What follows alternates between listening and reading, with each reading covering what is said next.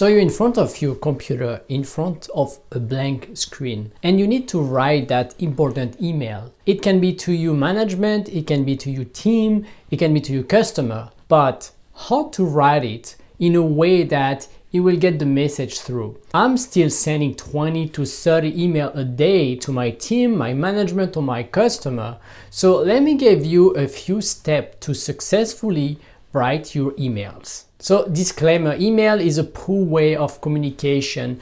Your phone will always be the most powerful way of communicating with someone. But sometimes we end up communicating by email for the following reasons. The person does not answer the phone or is out of office. You want to keep an official record. You have some trouble with that person and feel it will backfire over the phone, so you send an email. But otherwise, use the phone. So step number 1, think before you write. Oh my God, I receive a lot of emails, and for a lot of them, I simply don't understand the purpose of that email. Sometimes I just end up calling that person. Hey dude, I don't understand, what do you need? So before you write any line, think about what you want to get from that person.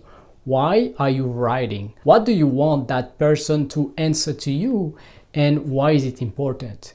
Because you need to define a strategy, a logic that will get you where you want to be, that will get you what you want. Does it make sense? How shall you start your email? How do you explain your situation in a clear way? What would make that person take action? Sometimes I see an email that I know will not get any reply as there's no urgency, there's no logic, and therefore there's no reason for the other person to reply. So before I write any line, I like to think 1 to 5 minutes about how I am going to convince the other person to reply to me. Step number 2, less is more. Hold on, don't write yet. To whom are you going to send your email? Is it for one person? Is it for a group? We receive so many emails that sometimes we don't know if the email was addressed to us. Like, is it a question for me? So usually my experience is that the less people are in copy of the email, the better the chance of success. I have seen this email where there is 20 to 30 people in the loop, and usually the answer is very political with very selected words. So that kind of email don't really get the answers that would help you to understand the problem. The more people are in copy of the email, the more formal it becomes, and it becomes a conversation company to company or department to department instead of being a person-to-person communication. And usually a person-to-person discussion has the best chance of success. So when you write an email, reduce the amount of people who are in copy. The less, the better. The best communication is of course a one-to-one. Step number 3, the title. Wait, don't write yet. You need to define a title. The title is the most important part of your email. Why? Because it will make the difference between an email that gets opened fast or slow, or even never gets opened. Don't try to explain everything in the title, but make it specific. For example, information about tomorrow's meeting, or documents needed about project ABC. And if it is urgent, then just write it. Urgent at the beginning of the title. Step number 4, use their feelings. So when you want to persuade, yes, using logic is good, but using emotion is even better. Human beings are more sensitive to emotions than logic. And that is strange, but that's the way we are wired. So use emotions, use feelings. Here's what works the best for me. Usually it's urgency. So for example, being late to achieve something, or getting the management or a customer upset if that person does not take action soon, or getting the price more expensive if someone does not take action now. Urgency always gives me the best results, but don't abuse it. You have to be able to justify it. If you say to someone that he needs to reply as soon as possible, or you will be late. If this is not true, that person may simply ask you to justify.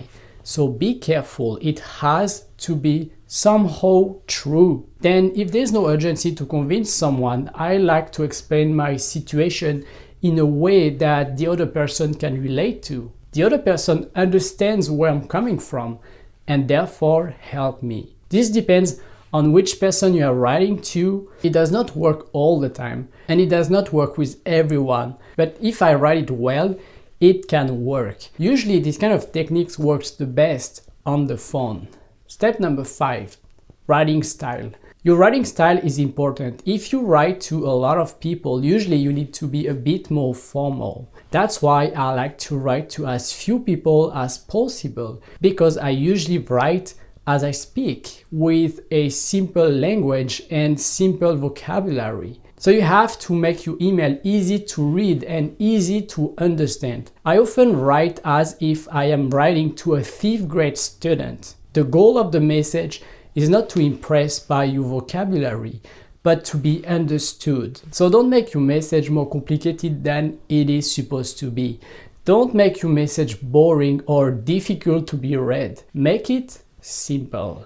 Step number 6, handle their objections. Handle the potential objections in advance and you will get more chances to succeed with your message. I use sentences like, I know that, or it seems that. For example, if you are talking about a delay, I understand that this delay is not acceptable, but the reason for that is the late approval that we received from your company to start this project. Or for a job interview, I know that I don't have a lot of experience, but I am very dynamic and I have been studying this topic for the past 3 weeks. The more you'll be able to address the objection in advance, the better it will be. Though, don't make it look too long either, right? Be reasonable in the length of your email. Step number 7, structure of the email. Usually I start with a very short greeting and jump right away onto the problem. Don't spend too much time on the greeting. You don't want to waste their time. After that, I like to say right away that I have a problem. Something like, I was supposed to deliver this project tomorrow, but I have a problem right now. Announce in advance that you have a problem. Don't hide it.